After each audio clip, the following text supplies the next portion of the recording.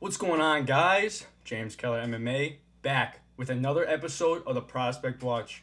Guys, today we have a blue chip prospect. Yes, undefeated, 11-0 with 10 finishes, fighting out of Grove City, Ohio. Please welcome Josiah Muscle Hamster Harrell. Josiah, how we doing today, man? Good. How are you? That was awesome. Yeah, I'm very good, man. I appreciate it. I like to do the big introductions to get it started. You know what I'm saying? I feel it. Well, it's been a few weeks now since your last fight against Bekmirzov Dazmatov. Now that the dust has kind of settled, what are your overall thoughts on that fight? How would you analyze your performance? Started off slow. I wanted to not stay away, but I wanted to not be put on my back and attack from my back. We end up having to do that anyways. So I hate the fact that I was, limiting myself in that aspect. I don't like to go into any fight limiting anything just because they're good at any area. So I don't like that we started slow. I don't like that we were limiting ourselves. I don't like that when we had the opportunities to get our strikes in or to get our clinching in that we didn't take advantage of those. I didn't like that we didn't keep a pace because we kept the pace. I don't like that we didn't accelerate the pace because I think we could have caught him out there earlier. And I hate the fact that I missed that arm bar. Oh, oh no, that shit irritates me. Well, we'll get into that. Getting into that third round, though, you really began to sway the momentum. The momentum really began to go in your favor. What was that corner talk like? Did you guys feel like you could get the finish was coming? No, I didn't even know. I remember getting up at the second round and looking at him and going, "Oh, he's not getting up." Okay, because I wanted to look at him and be like, "Hey, good fight, Yeah. dude. Like we're doing pretty good." But he didn't look at me. So I kept walking to the corner, and I just remember Matt and Tim talking to me, and I kind of just look over, and he's just like still staring off into space, and I'm like, "Oh, okay." Okay, so then I really didn't even hear what the coaches were saying. More just okay, we got to put pressure on them. We gotta stay in range. Like really, I probably wouldn't even listen to her advice because their advice, off the top of my head, had nothing to do with grappling. I just seen an opportunity of a single leg, took it, and then I seen the opportunity of the back, and then we had to go. And then the rest of the round's just me punching his or elbowing his face in, whichever one. Yes, sir. Well, you came into that third round really beginning to impose your will. You started to separate yourself in that fight. When the Dazmatov corner ended up throwing in the towel, were you at all surprised, or did you feel like the fight was basically over at that point? I was exhausted at that point. I'm just punching him. Not exhausted enough like where I can't continue, but like my thinking capacity was okay. Punch this guy. Punch this guy. Punch this guy.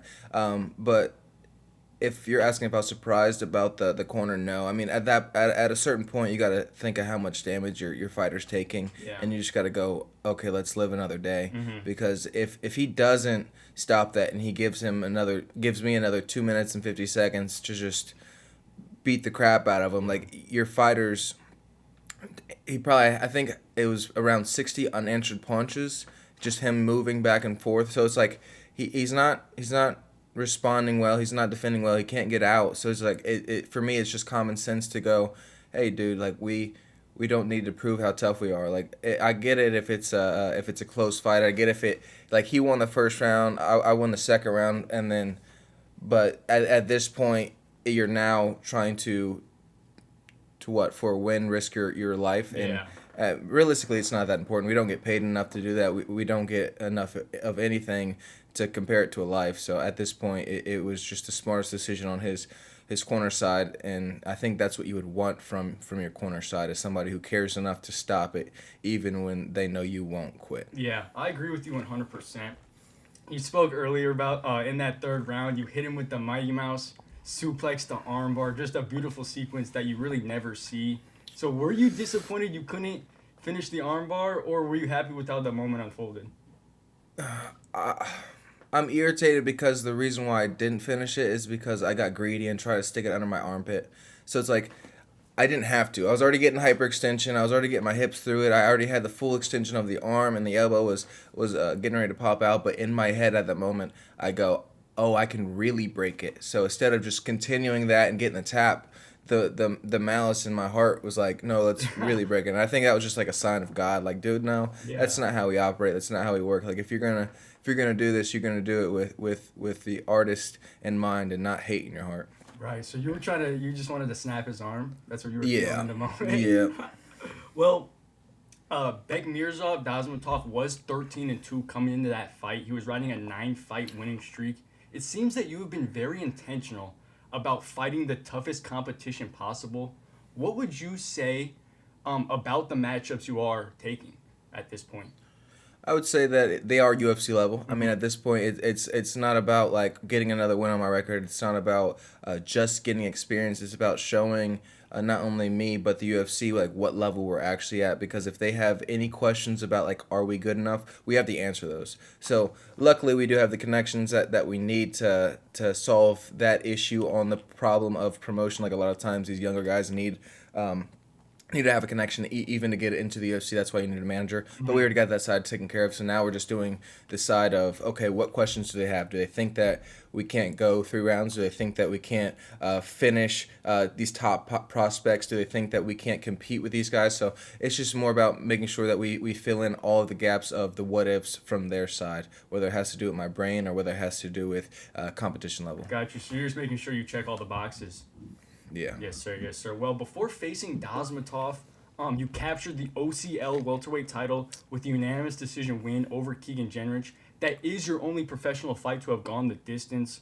Mm-hmm. Would you say in that fight you proved anything to yourself or maybe the fans about your ability to stay composed and win a fight that goes the full 15 minutes? Shout out to my boy Keegan.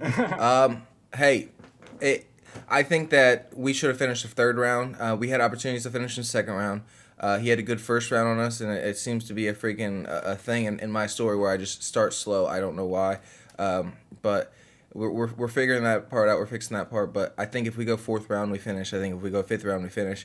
He was starting to lean towards the like very very tired towards the end of the 3rd, where we're just pushing on. Right. But either way, it is exciting to know that no matter what, I'm not going to give up on myself. So people forget that fighting's not just like, okay, these people go at it, knockout. That's like realistically, that's not a fight. People forget that like just because I'm technically better than a lot of people or physically better than a lot of people, that the mental part of it is not there. Realistically, that is the hardest aspect of this sport is to go in there and oppose your will on somebody who's also trying to oppose their will on you and go at it. And a fight is not, okay, a whole bunch of these finishes. A fight isn't, realistically, a fight shouldn't be to the finish unless we're fighting to the death. But when it comes to Keegan, that was the first time I was like, oh, okay, I am a fighter, because it did go the distance and I did continue to push and I didn't will and I didn't have anything other than I'm going for it. I'm doing what I need to do, and just because it didn't end in a finish, or just because I didn't finish when I had the opportunities, that shit didn't get to me. So that answered a lot of unanswered questions for myself, just because I'm so used to people basically giving up, that it was nice to be in the octagon with somebody who wasn't going to. And it really just, more than anything, it made me happy that I was able to go to the distance. And watching back the fights, it makes me pissed off when I did not finish when I could have. So it's a weird balance, but it's like a love-hate relationship with that fight. Right, but you do feel like you proved something to yourself with that performance. Yeah. 100%. Well, another fight I wanted to talk to you about, an impressive fight on your resume, is Melvin Gillard. Melvin is a longtime UFC veteran. He has over 50 professional fights on his record. You were able to finish that fight in the 1st round via rear naked choke. What were your thoughts when an opponent like that was offered to you? You know, what do you remember about that fight? See, I'm not normal when it comes to how people process things. So in my head, I go, cool, okay, he's known. That is good enough for me. Like, I see his record, and he has a lot of experience, and that's cool with me as well. But biggest thing is he's going to get eyes back on me, and especially us coming back from brain surgery. That's the first thing we need is to try to get eyes on us. And then once we have eyes on us, it's about just growing and improving. So yes, we're trying to fight the best guys, but at this point, it was still hard to find these higher level fighters. And he was willing to step up, and we were willing to take it. So it excites me more than anything to push myself. So whenever I see a guy like that, whenever I see a guy who's 13-2, or a guy that just has a whole bunch of experience, or has won an LFA belt or a title, like that stuff excites me because I get to see who I am. I get to find out who I am. Realistically, that's all I'm doing on this journey, is just trying to find who I am as a person, as a man, and who I want to become. So whenever I do see a caliber of opponent, whoever, whether it's UFC, whether it's these LFA guys, whether it's a top prospect, the biggest thing is just trying to discover who I am. Right. I understand that 100%. What do you remember? Do you remember anything from that fight specifically? Yeah, I came in, I hit a kick, and he started sprinting forward immediately. I'm like, okay, so then I block, I turn the corner, and he gave me his back. So I grab, I suplex him, and I'm on his back, and Matt's behind me, so I'm in my corner at this point. Matt's behind me going, Melvin, you don't want to be here. This looks bad, Melvin. Melvin, you're getting your ass beat, Melvin. So then I kick Melvin, and because I wanted to stand up a little bit. Like, this is still me. A lot of people think that, like, just because you train something that you're automatically going to be good at it in a fight, but you need to train it under pressure. So a lot of these times, especially with Keegan, that was what we're trying to do. Is, okay, he's a tough guy. And he's good at grappling, so we really don't have to grapple with him if we're talking about like what he's best at. But we did think we could beat him in striking, so it was a good opportunity for us to try to grow that striking aspect. We tried to do that with Melvin, and then we're going, and we're just still trying to fill it out and see how he is, because it's like he does have power, and you still got to respect him. And I hit him with something, and I barely slip off, and then he hits me with something. I barely get it off my guard. And he shoots in, or he tries to throw me. That's what he does. He tried to hip toss me. And I'm like, okay, I get it. I can be hip tossed. It's not impossible. But why would you want to be on the ground with me? And then immediately I'm just like, okay, well, that's two idiotic mistakes that you made. One, you gave me your back, and I'm going to take advantage of that. I probably should have just Mighty Mouse armbarred him. But two, you try to throw somebody who's better than you at grappling. That's like how what was his name? Hangman Dan. Yeah. He's freaking trying to take down whatever that PSE. fucking dude's name is.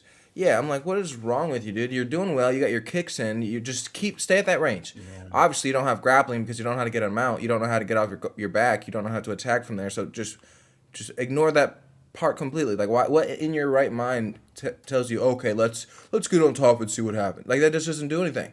It's just stupid to me. So, for me, it was just like, okay, I'm not gonna fight with somebody who's this dumb. Yeah. So I just stayed on top, and then eventually I was able to cut him open. Eventually I was able to take the back.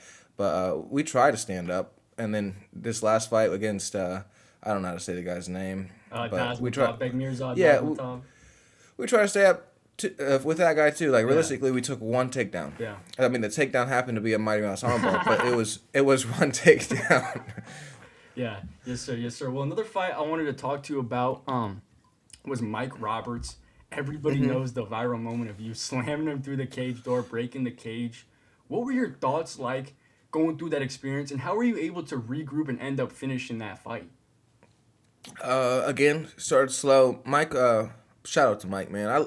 I enjoy Mike. He's a good dude. Got a good occupation. Like he didn't have to fight. Yeah. Like he has a girl. Got a kid. Got a good job. Like that. At that point, like what else do you want as a man? Like, he just wanted to fight. So he's a good dude overall. Either way, we are first round is more of a feeling out process. I'm trying to see where, trying to bait him to throw his. Let's see, he's orthodox. He's trying to bait him to throw his jab so I can slip and throw my two off of it.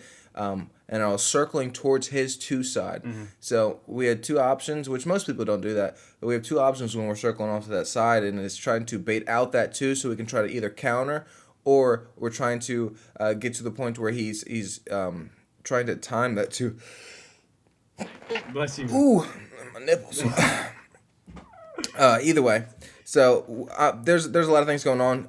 That was a close round, and I think there was 23 kicks thrown, and I think 24 landed. Wow. So we were in the danger zone the whole time. Like we just didn't leave, and that's kind of where I like to be.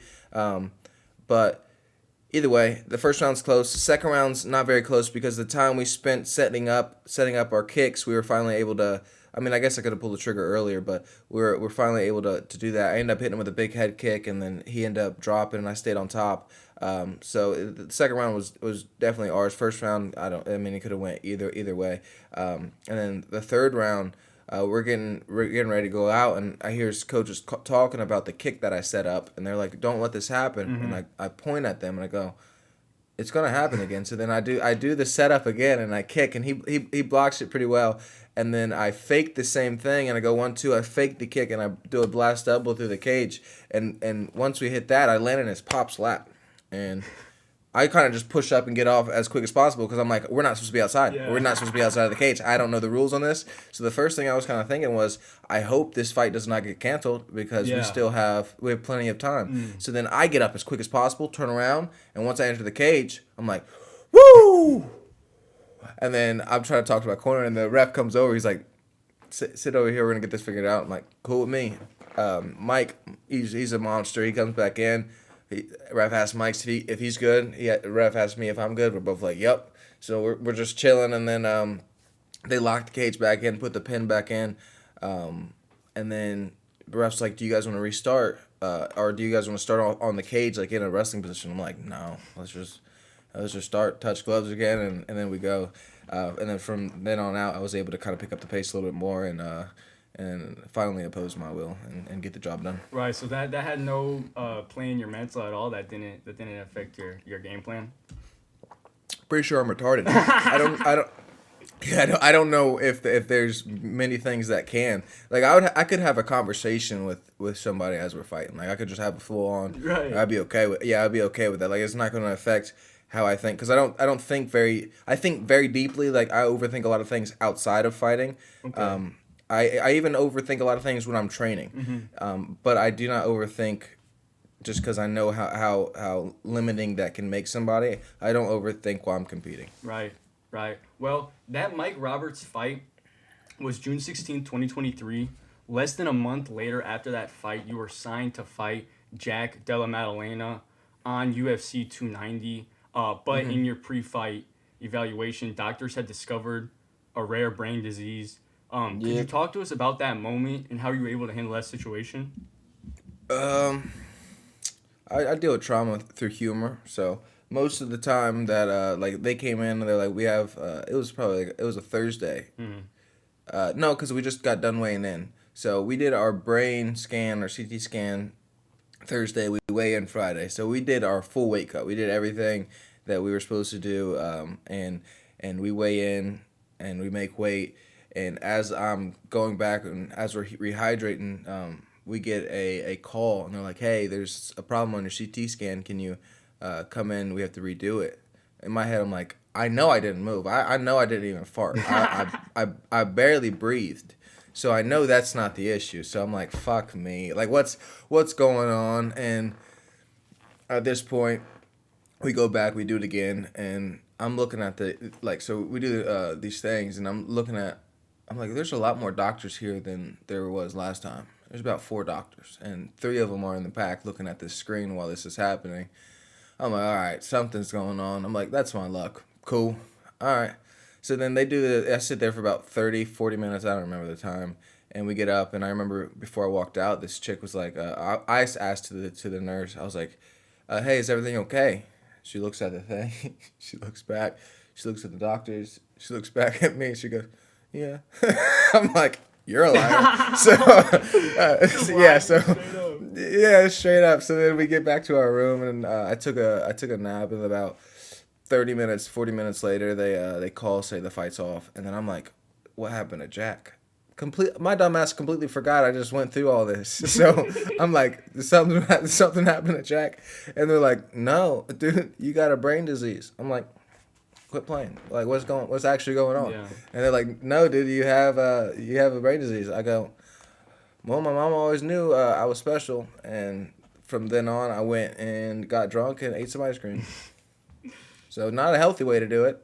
Right. But I was with good people, and I ended up giving my tickets away to people that want to watch. Like I pretty much just made a promise with myself. I'm like, I don't want to be inside of this arena unless I'm fighting into it. So I ended up just giving somebody my tickets, and them and their family could enjoy whatever's going on. So Got you. So, what was your immediate thoughts after hearing that news? Was there ever a thought in your head that you might not fight again?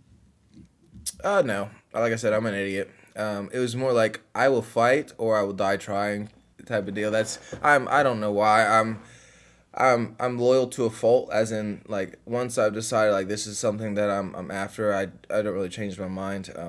And then I hate being told what to do. So the fact that like if somebody was like, "Hey, dude, you're never gonna fight again," I'll be like, "You can eat my ass sideways. I'm gonna figure it out." So it's just built into me. I don't know how to not do something I want to do. Right, right. Well, it had to be really devastating to be at the UFC's Mate. door and then have your moment taken away from you. With that being said, though, do you feel like the Josiah Harrell now, today, that we are seeing is better prepared for the UFC compared to the one that was first signed in 2023? Yeah, that one. That guy could have. So I think we beat Jack. I think just the style matchup wise, it just wouldn't Right. it wouldn't have worked out. But I think we still would have needed to delay our run to the title. I think between Usman, between the top guys like Brady and well, he wouldn't have been top at the point in time. But I think between Usman and what the fuck's his name? Bilal. Edwards. Oh, Leon. Yeah, But yeah, yeah. But I think at those points I would have needed a little bit more time to just drill and get to the point where I can work on my counter wrestling, work on my kickboxing, and work on there's small changes, but the thing is I think my IQ at this point is just getting so much bigger because I mean I couldn't do shit for a long time, so all I did is just watch, and all I did is learn, and all I did is teach, and I think teaching the little kids has helped me more than anything. I think teaching for some reason has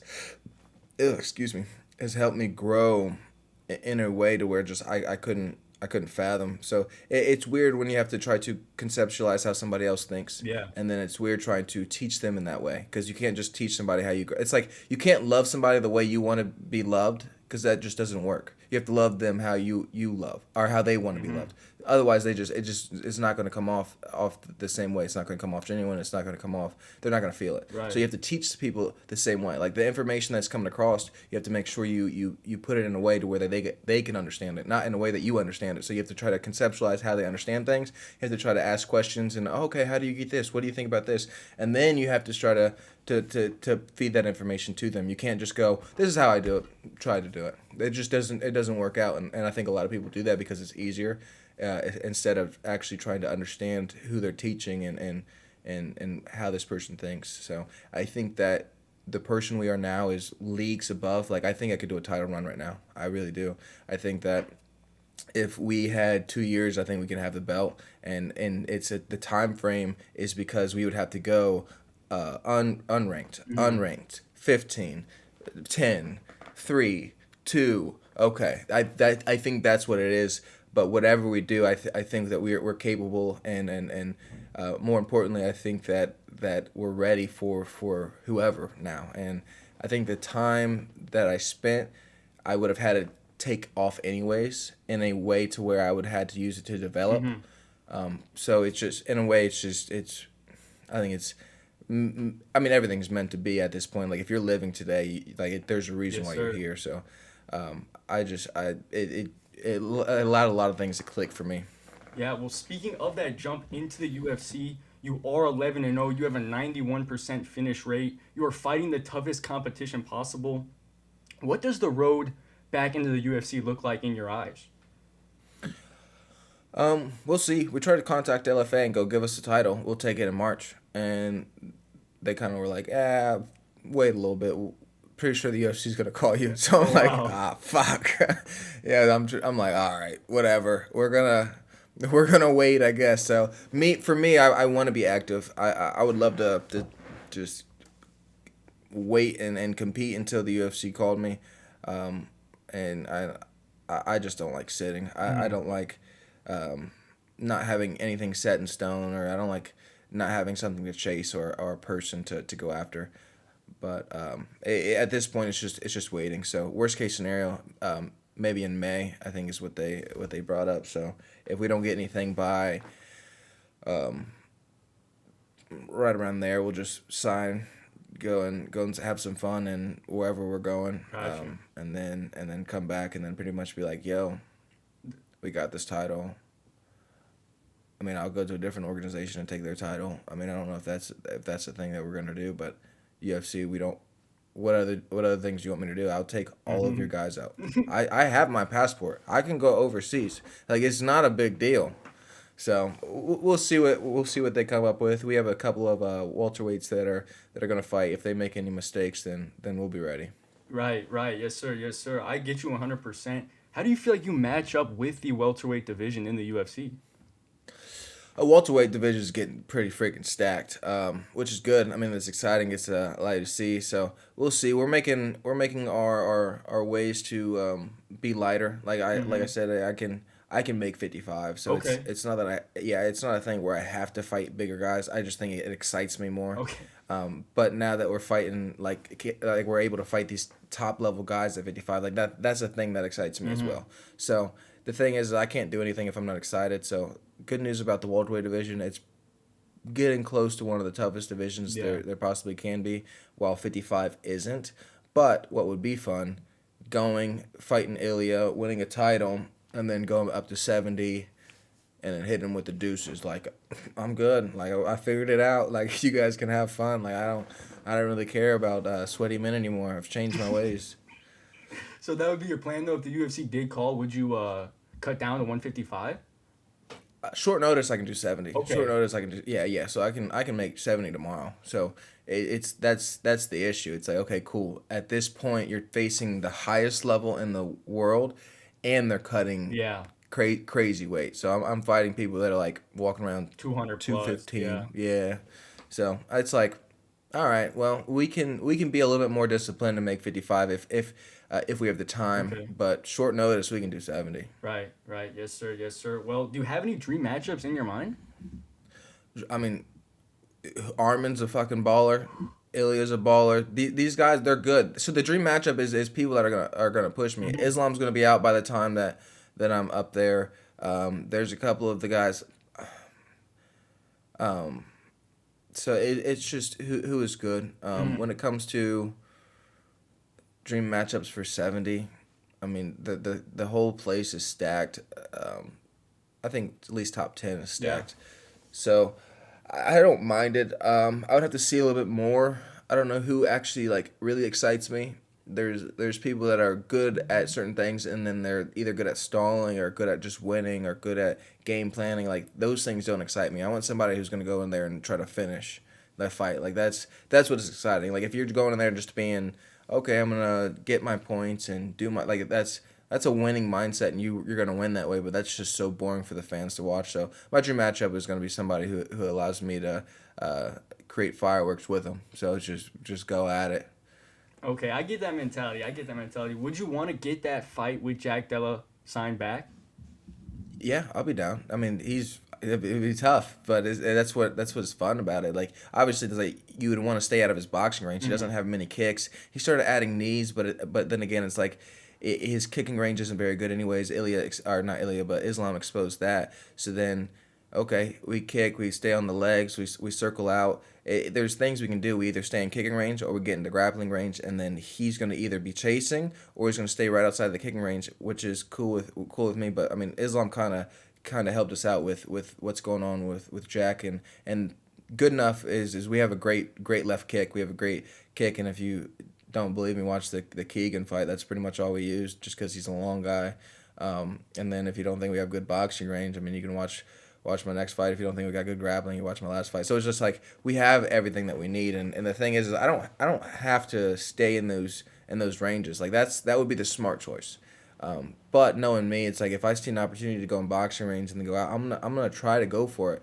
And if it doesn't work out, it doesn't work out. But that's what's wrong with me. I'm impulsive, and yes, we can be very tactical about things, and we can win that way. But no, I want to go in for a finish. So it would be, that's the thing that's gonna put me in trouble, is when my ego gets a hold of me, and we're like, no, we're gonna attempt to finish the guy, and if we get fucked while we're doing it, then whatever. Right, matchup wise though, you feel like that's a good matchup for you? Yeah, no, he's good initial wrestling defense against the cage. and I think that like he showed that against Bilal. Mm-hmm. But I think that whenever you can get him either kicking that arm to where he's not throwing as much his right hand, or you can get him while he's trying to throw those combinations. He eventually stops throwing them, and Islam kind of showed us that. Yeah, well, I think you're going to be in the UFC very, very soon. You spoke previously about if that call doesn't come soon. What does a successful 2026 look like for you if you don't get that call to jump up to the UFC?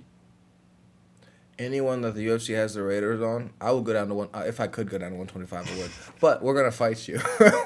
We are going to fight you, and I'm sorry, but it's you or me at this point, and that's what happened. So really, it's just gonna be us taking other people's dreams away, which we don't want to do that. Nobody wants to do that, and we can blame that on the UFC. So it'd be us taking out on prospects and pushing ourselves. And the sad thing is a lot of people don't want to. So it's just us fighting other game opponents and doing what we need to do. Winning a title would be nice. Holding that title is I mean, it's interesting, but who knows? We might just be the poster child for LFA for a little bit. Yeah, just taking other people's dreams while you do it. Yeah. Well, before I get you out of here, do you have any coaches, any sponsors you want to give a shout out to? Crap ton of people believe in me. I got Matt. I got Tim.